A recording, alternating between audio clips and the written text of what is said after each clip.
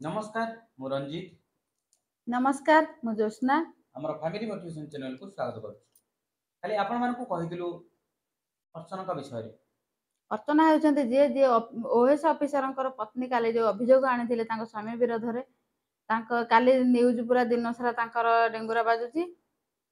आज स्वामी स्वामी आज विरोध में डेंगुरा बाड़ुचंती। कथा को जब आपण माने कंपेयर करिवे माने बेसी भूल होउछ अर्चना काहे कि ना अर्चना शुद्ध मिछ कथा कहजन मिछ कथा मु काहे कि कहू एथि भाई से प्रथम कब मिछ कहजन ए तांगर अरेंज मैरिज तांगर वास्तविक अरेंज मैरिज नो लव मैरिज फैमिली कहले मात्र तांगर होउछन तीन जण सासू स्वामी आ सी ननद तो रहउछन दिल्ली रे से माने पुणी परस्पर समस्त पुणी अलगा ही रहउछन सासू गोटे जगार रहउछन ना एखाटी रहउछन सासू स्वामी आ तांको से निजे गोटे जगार रहन किंतु से तो निजे निजे काम रे पळंती एकत्रित हेले से केते समय एकत्रित हेबे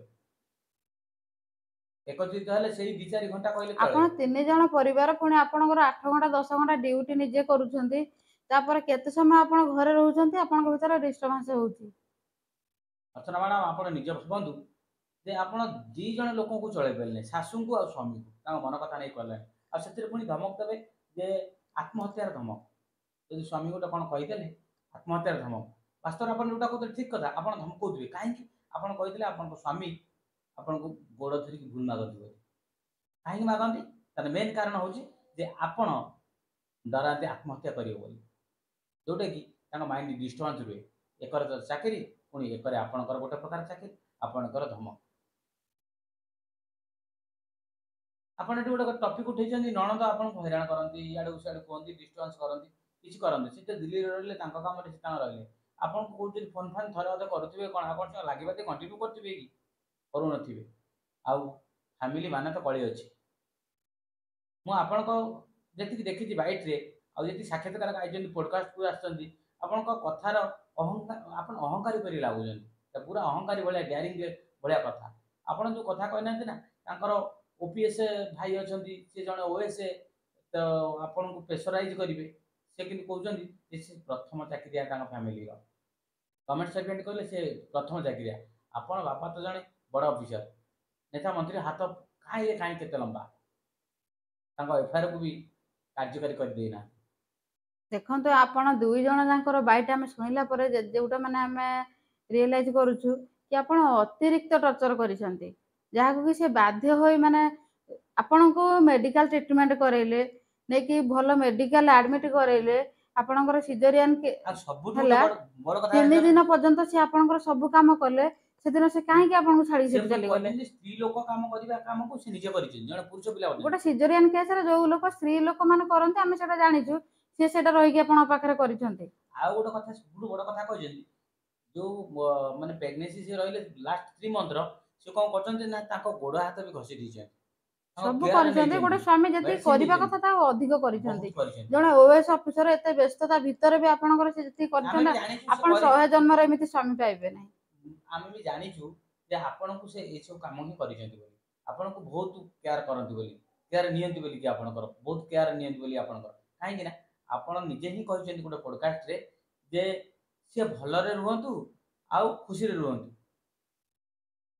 आपण एते स्ट्रक्चर करजन जने डिवोर्स नबक बाध्य होची जो लोकटी 2 घंटा पर फेरिबा को चाहुतला आपण पाखकू एबे से तांका पुअर दायित्व नेबा को चाहुचंती किंतु से डोरी जाउचंती जाकी दायित्व नेबा से गोटे माने वकील आईन कानून अनुसार से जाकी तांको पिला को देखा करे से चाहुचंती एते एते डोरी जाइछंती से आपण एते भयभीत करि देइछंती काले से पिलार किछि प्रॉब्लम हेई पारे सेटा तांको एलिगेशन लगेबे ओएस ऑफिसर को आपण हस्बैंड को जो ओएस ऑफिसर जे आपण हस्बैंड काले एलिगेशन लगेबे से डरी कि से तांको पुओ कति भी जाउना कारण आपण चिंताधारा एते तळो खसी जाई आपण कोन की पाठ पढिछंती खाली देखरे पाठ पढि देले जे आपण गोडा मनीष होई जिवे ह्यूमैनिटी जो कहतले आपण को स्वामी रो ह्यूमैनिटी नाही बोली आपण को सतर ह्यूमैनिटी नाही जने पुओ जदी ता मा से तो 10 मिनिट कथा हे जाए ताने स्त्री विरोध करबे आपण ताको स्त्री विरोध करबे कोन अछि आपण भी तो पुओ जन्म करछंती ना तर भाबंतु तो ताको स्टेज को जाई कि आपण पुओ आपण सते जदी कथा ना हबो से पुनी रोगिणा मा जणे सेटा को नै कि आपण यात्रा करबे दुनिया में गाली गुलज करबे झगड़ा करबे अशांति करबे आ निजे कहबे मु आत्महत्या करि देबी एटा कोन ठीक कथा आपण जने शिक्षित नारी कहउजंती निजे ଆପଣଙ୍କର ଅହଂଭାବ କାହିଁକି ଜାଣିଛନ୍ତି ନା? କାହିଁକି ଚାକିରି ଖଣ୍ଡେ କରିଛନ୍ତି, ଆପଣ ଗୋଟେ ରିଚ୍ ଫ୍ୟାମିଲିରୁ ବିଲଙ୍ଗ କରୁଛନ୍ତି, ଏଇଥିପାଇଁ ଆପଣଙ୍କର ଅହଂଭାବ ଯେ ଇଏ ଛାଡ଼ିଦେଲେ ମୁଁ ଯଦି ରହିବି।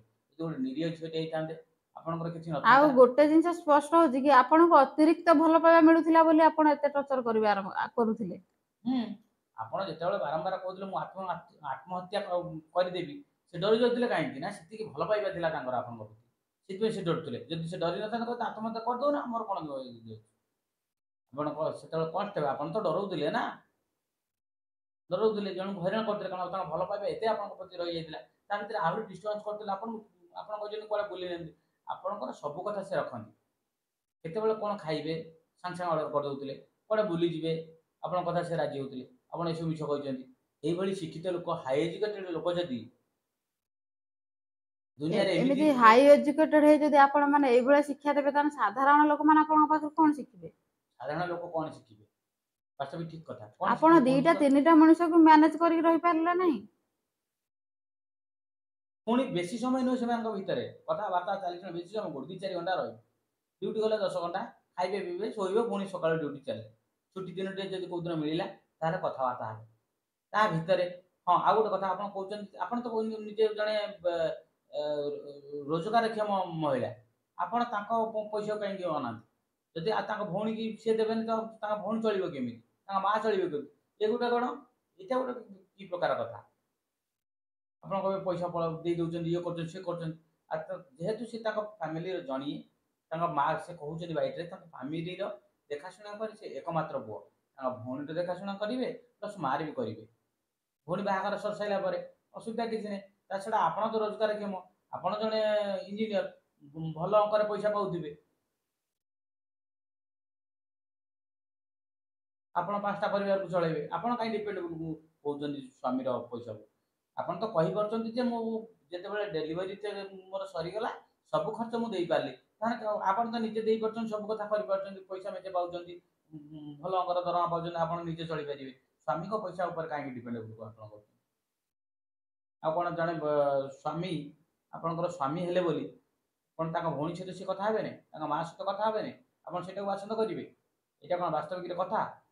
ଗୋଟେ ଶିକ୍ଷିତ ମହିଳାର କଥା? ଆପଣ ବାସ୍ତବିକରେ କହିବାକୁ ଗଲେ ଜଣେ ଘର ଭାଙ୍ଗି ସ୍ତ୍ରୀ ଯିବେ, ସବୁଠୁ ଭୁଲ ଯେ ସେ ଓଏସ୍ଆର ଆପଣଙ୍କୁ ଅଧିକ ଭଲ ପାଉଛନ୍ତି, ସେଇଟା ହଉଛି ତାଙ୍କର ଭୁଲ। ଯଦି ବେଶୀ ଭଲ ପାଇବା ନଥାନ୍ତା ଆପଣ ଏ ଯାତ୍ରା କରିନଥାନ୍ତେ। ଆପଣ ଦେଖନ୍ତୁ ଏତେ ଘଟଣା ଘଟେଇଲା ପରେ ବି ସେ ଜଣେ ତ ମୂର୍ଖ ନୁହନ୍ତି ନା, ଜଣେ ଶିକ୍ଷିତ ହାଇ ଏଜୁକେଟେଡ୍ ଲୋକ। ଡିଭୋର୍ସ ଯୋଉ ଲୋକ ଆପଣଙ୍କ ପାଖରେ ଥିଲା, ଏଇ ଘଣ୍ଟା ଭିତରେ ଆପଣ ଚାରିଆଡେ କହିଦେଲେ ଯେ ସେ ନାହାନ୍ତି ବୋଲି। 2 ଘଣ୍ଟା ଭିତରେ ସେ କହୁଛନ୍ତି ମାତ୍ର ସେ ଦି ଯାଇଛନ୍ତି। ଘଣ୍ଟା ପାଇଁ ସେ ଯାଇଥିଲେ, କେବଳ ତାଙ୍କ ମାନେ ଶୋଇ ପଡିଥିଲେ ବୋଲି ଟିକେ ଲେଟ୍ ହେଇଗଲା ବୋଲି ସେଇ ଭିତରେ ସେ ସମସ୍ତଙ୍କୁ ଜଣେଇଦେଲେ। ସେଇଟା ପ୍ଲସ୍ 2 ଘଣ୍ଟା ପାଇଁ କଣ ତା ମାଆଙ୍କ ଦେଖାଶୁଣା ପାଇଁ କରିବାକୁ ଯାଇଥିଲେ, ଆପଣ ସେଇଟା ଇଏ କହିଦେଲେ। ଆପଣ ପୁଣି ଗୋଟେ କହିଛନ୍ତି ଯେ ଦିଲ୍ଲୀକୁ ନେଇକି ପଳେଇଥିଲେ କଣ ତାଙ୍କ ମାଆଙ୍କର ଟ୍ରିଟମେଣ୍ଟ କରିବା ପାଇଁ। କାହିଁ ସେ ତ କହୁନାହାନ୍ତି ଦିଲ୍ଲୀକୁ ନେବା ପାଇଁ, ଯୋଉ ମିଛ ଅଭିଯୋଗ କହୁଛନ୍ତି, ମିଥ୍ୟା ବୋଲି କହୁଛନ୍ତି। ଦିଲ୍ଲୀ ଫିଲ୍ଲି ତ ସେ କୁଆଡେ ଯାଇନାହାନ୍ତି, ଆପଣ ମନେ ମନେ କହିଦେଲେ କଣ ପାଇଁ? ମନେ ମନେ କଣ କହିଦେଲେ ହେଇଯିବ? ତେଣୁକରି ଯଦି ଏଇ କଥାଟା ସତ୍ୟାସତ୍ୟ ଜଣାଯିବ କେମିତି କହିଲେ? ଯଦି ସେମାନଙ୍କ 2 ଜଣଙ୍କୁ ଗୋଟିଏ ଜାଗାରେ ବସେଇକି ଆମେ ଏଇ ଡିବେଟ୍ ଭିଡିଓ କରାଯାଏ, ମାଧ୍ୟମରେ ଏଇ ଗୋଟେ ଜିନିଷ କହିବାକୁ ଚାହୁଁଛୁ କି 2 ଜଣ ଯାକ ବସେଇକି ଯୋଉ ପଡକାଷ୍ଟ କରୁଛନ୍ତି, 2 ଜଣ ଯାକ ମିଶେଇକି ଡାକନ୍ତୁ, 2 ଜଣଙ୍କ ମିଶେଇକି ଡିବେଟ୍ ମାଧ୍ୟମରେ ଯଦି ସେମାନଙ୍କୁ ପୁରା ମାନେ ଫେସ୍ ଟୁ ଫେସ୍ ହଁ ପଚାରନ୍ତୁ। ଫେସ୍ ଟୁ ଫେସ୍ ଯଦି ପଚରାଯାଏ, ତାହେଲେ କିଏ ସତ କହୁଛି କିଏ ମିଛ କହୁଛନ୍ତି ତାହେଲେ ଜଣାପଡ଼ିବ କିଏ ଆଉ ସତ ସିଏ କହୁଛନ୍ତି। ଯୋଉ ଅଭିଯୋଗ ଆଣୁଛନ୍ତି ତାଙ୍କର ଟିକେ ମାନେ ହଁ ସାଇକୋ ମେଣ୍ଟାଲିଟି ବୋଲି। ସାଇକୋ ମେଣ୍ଟାଲିଟି, ଆଉ ସେ ତାଙ୍କୁ ନ ଜଣେଇକି ବି ସେ ଡକ୍ଟର ପରାମର୍ଶ ନେଇଥିଲେ, ତାର ଟ୍ରିଟମେଣ୍ଟ ବି ସେ କରଉଥିଲେ। ହୁଁ, ସେ ଯାହା ବି କହୁଛନ୍ତି ଯଦି ସାମ୍ନା ସାମ୍ନି ହେଇଯାନ୍ତା, ସେ ଗୋଟେ ପାଣି ସ୍ତ୍ରୀ ପାଣି ପ୍ରତି ଯୋଉଟା କ୍ଷୀର କରିବା କ୍ଷୀର କଥା ସେ ହେଇଯାନ୍ତା। କରୁଥିଲେ। ତାଙ୍କ କହିବା ସମସ୍ତଙ୍କୁ କଥା ଅନୁସାରେ ସମସ୍ତଙ୍କ ଜାଗାରେ ରଖିଥିଲେ, ସମସ୍ତଙ୍କୁ ଠିକ ଭାବରେ ସେ ରଖିଛନ୍ତି। କିନ୍ତୁ ଆପଣ ଗୋଟେ ବୋହୂ ହିସାବରେ କାହା ପ୍ରତି ବି କାହାର ମାନେ ଠିକ ସେ କର୍ତ୍ତବ୍ୟ ଠିକରେ କରିପାରିଲେ ନାହିଁ। ଏଠି କର୍ତ୍ତବ୍ୟ ଲିଭେଇ ନାହାନ୍ତି ଯୋଉଥିପାଇଁ ବୋଲିକି ଜଣେ ବାଧ୍ୟ ହୋଇ ଶେଷରେ ମାନେ ନିଜ ଛୁଆକୁ ବି ସେ ଛାଡିବା ପାଇଁ ବାଧ୍ୟ ହେଇଛନ୍ତି, ଯାଇ ଡିଭୋର୍ସ ଫାଇଲ କରିଛନ୍ତି। ଅତିରିକ୍ତ ଟର୍ଚର କରିଛନ୍ତି ଆପଣ। ଏମିତି ଟର୍ଚର କଣ କରିବା କଥା? ଆଉ ଆପଣଙ୍କର ସତରେ ଯଦି ସତ କଥା ମାନେ ସତ କହୁଛନ୍ତି, ଆପଣ 2 ଜଣ ଆଙ୍କ କୋଣ ପଡକାଷ୍ଟକୁ କି କୌଣସି ଟିଭି ଚ୍ୟାନେଲକୁ ଆସିକି ନିଜର ମତ ରଖନ୍ତୁ, ତାହେଲେ ଓଡ଼ିଶାବାସୀ ଜାଣିବେ କିଏ ସତ କହୁଛି କିଏ ମିଛ କହୁଛି। ଦେଖନ୍ତୁ ଯେତେବେଳେ ବର୍ଷା ଅନୁଭବଙ୍କର କେସ୍ ପୁରା ଭାଇରାଲ ଚାଲିଥିଲା, ବର୍ଷା ବହୁତ ଅଭିଯୋଗ ଆଣିଥିଲେ ଅନୁଭବ ବିରୋଧରେ। ଅନୁଭବ ପୁରା ଚ୍ୟାଲେଞ୍ଜର ସହିତ କହିଥିଲେ କି ଆମ 2 ଜଣ ଯାକକୁ ପଡକାଷ୍ଟକୁ ଡକାଯାଉ। ଆଉ ସେଇଠି ହିଁ ସେ ତାଙ୍କର ଫେସ୍ ଟୁ ଫେସ୍, କିନ୍ତୁ ବର୍ଷା ସାଇଲେଣ୍ଟ ଥିଲେ କାରଣ ବର୍ଷାଙ୍କର ଦୋଷ ହିଁ ପ୍ରବଳ ଥିଲା। ଆପଣଙ୍କର ସେତିକି ସାହସ ଯଦି ଅଛି ତାହେଲେ ସାମ୍ନାସାମ୍ନି ଫେସ୍ ଟୁ ଫେସ୍ ହିଁ ପଡକାଷ୍ଟ କରନ୍ତୁ। ସାହସ ଯଦି ଅଛି ପଡକାଷ୍ଟ କରନ୍ତୁ, ପୋଷ୍ଟକାର୍ଡରେ ବସନ୍ତୁ, ଆପଣ ଡାଇରେକ୍ଟ ଟେଲିକାଷ୍ଟ ହବ, ଯୋଉଟା ଲାଇଭ ଟେଲିକାଷ୍ଟ ସମସ୍ତେ ଦେଖିବେ, ଓଡ଼ିଶାବାସୀ ଜାଣିବେ କାହାର ଠିକ୍, ଆପଣ କାହାର ଭୁଲ। ଓଡ଼ିଶାବାସୀଙ୍କୁ ଆପଣଙ୍କ କଳହ ମାନେ ଜଣା ପଡି ସାରିଲାଣି, ଜଣେଇ ସାରିଛନ୍ତି, କିନ୍ତୁ ଆପଣ କିଏ କେତେ ଭଲ ସେଇଟା ସମସ୍ତେ ଜାଣିବାକୁ ଅପେକ୍ଷାରେ ଅଛନ୍ତି। ଯଦି ଆପଣ 2 ଜଣ ଯାକ ମାନେ ଫେସ୍ ଟୁ ଫେସ୍ ଗୋଟେ ପଡକାଷ୍ଟକୁ ଆସନ୍ତି। ଆଜି ପାଇଁ ଭିଡ଼ିଓଟି ଏତିକି। ଯଦି ଭଲ ଲାଗିବ, କୋଉମାନେ ଚାହୁଁଛନ୍ତି ସେ 2 ଜଣ ଯାକ ପଡକାଷ୍ଟକୁ ଆସନ୍ତୁ, ସେମାନେ କମେଣ୍ଟ ମାଧ୍ୟମରେ କୁହନ୍ତୁ। ଆଉ ଏ ଭିଡ଼ିଓଟିକୁ ବହୁତରୁ ବହୁତ ମାତ୍ରାରେ ସେୟାର କରନ୍ତୁ, ଯେମିତି ସେମାନଙ୍କ ପାଖରେ ପହଞ୍ଚି ପାରୁ। ଆଜି ପାଇଁ ଏତିକି। ଭିଡ଼ିଓଟି ଯଦି ଭଲ ଲାଗିବ ଲାଇକ୍ କମେଣ୍ଟ ସେୟାର କରିବେ। ପୁଣି ଗୋଟେ ନୂଆ ଭିଡ଼ିଓରେ ଦେଖା ହବ। ନମସ୍କାର। ନମସ୍କାର।